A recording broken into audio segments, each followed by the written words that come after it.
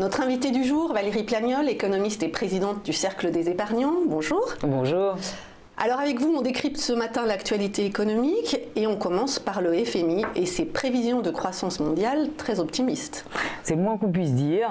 Ça n'est pas très étonnant non plus parce que le FMI, dans son rapport de printemps, finalement actualise ses prévisions de fin d'année et prend un petit peu le train en marche de prévisions que nous avons déjà évoquées par ailleurs à peu près partout sur la place.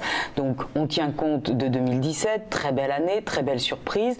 On prolonge les courbes sur 2018 et même sur 2019, sachant que le point d'inflexion est quelque part autour de cette année-là, qui vraiment est charnière, qui est l'année d'interrogation. Et au-delà, quand même, le FMI marque aussi son inquiétude, cette idée que le cycle va quand même finir par s'épuiser et qu'il faudra se préparer à un ralentissement de l'activité globale. Dans ce rapport, le FMI alerte aussi sur l'endettement record des États.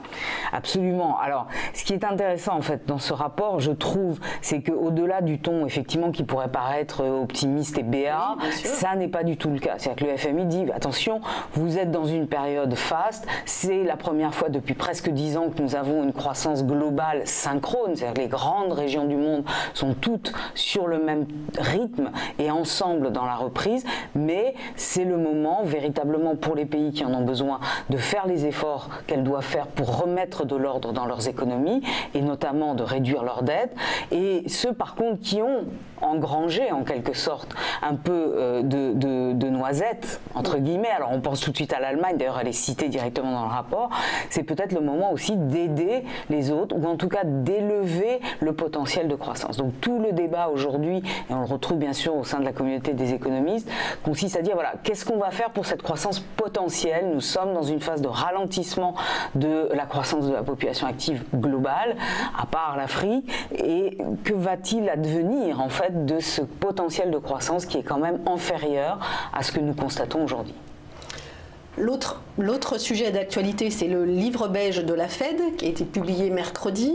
Alors, est-ce que à 15 jours, à 10 jours de la prochaine réunion du comité monétaire de la Réserve fédérale, est-ce qu'on a appris des choses nouvelles? Est-ce qu'il y a des inquiétudes aussi dans ce rapport qui est toujours très regardé, oui. Très regardé. Moi, j'ai trouvé très intéressant parce que il intervient de manière régulière et attendue certes, mais à un moment particulier où d'abord beaucoup de membres de la Fed se sont exprimés, où on sent qu'il y a un débat qui monte autour du nombre nécessaire de hausse de taux cette année. Un débat ou un désaccord? Presque un désaccord. En tout cas, certains membres de la Fed ne sont pas tout à fait tous alignés sur la même longueur d'onde. Plus les fameuses colombes et les fameux faucons se retrouvent. Et puis, ça vient aussi en contrepoint de ce qu'on a dit à propos du FMI. C'est-à-dire que lui aussi, il considère que nous sommes dans une phase de resserrement monétaire, voire même d'accélération de ce resserrement monétaire. Et dans ce contexte, le Beige Book est finalement assez modéré. D'ailleurs, le terme qui revient le plus souvent, c'est modeste, modéré.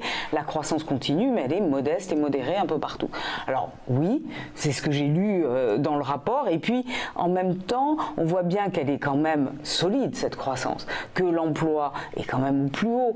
Qu'on a même, par certaines régions, des difficultés de recrutement. Que les prix de l'énergie augmentent. Que l'activité même fait qu'on a du mal à recruter dans l'énergie. Je vais vous dire, on a même du mal à imaginer que ça va s'arrêter. Voilà, on a même presque du mal à s'imaginer cela, et donc ça contraste un peu. Alors moi j'ai l'impression qu'il y a une synthèse qui a été faite par un des membres de la Fed qui s'est exprimé ces derniers jours, en disant voilà, bon, on est plus sur 3 hausses de taux encore à venir cette année, ce qui n'était pas tout à fait le scénario de début d'année, mais on n'est pas vraiment sur 4, parce que c'est là aussi que le marché commence à se positionner, et c'est peut-être un peu trop.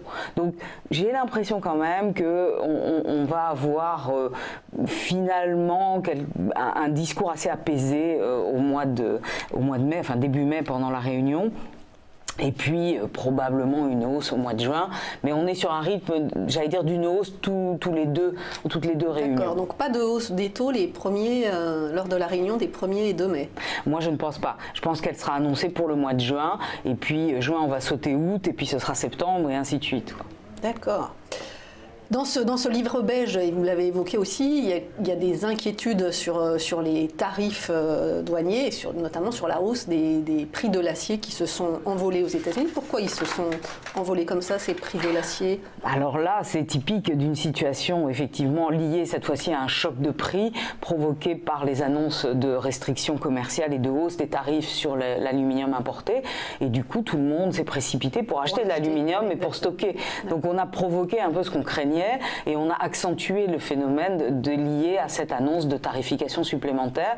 Et on le voit, hein, l'ensemble des matières premières, des marchés de matières premières ont réagi, alors aussi dans un contexte de croissance et de demande forte. Tout ça va de pair. Et c'est vrai. C'est l'effet inverse qui était voulu par Donald Trump. Absolument. Mais c'est entreprises américaines. C'est tout à fait le cas. Et c'est effectivement la preuve tangible que les protectionnismes a quand même des effets assez négatifs sur l'économie.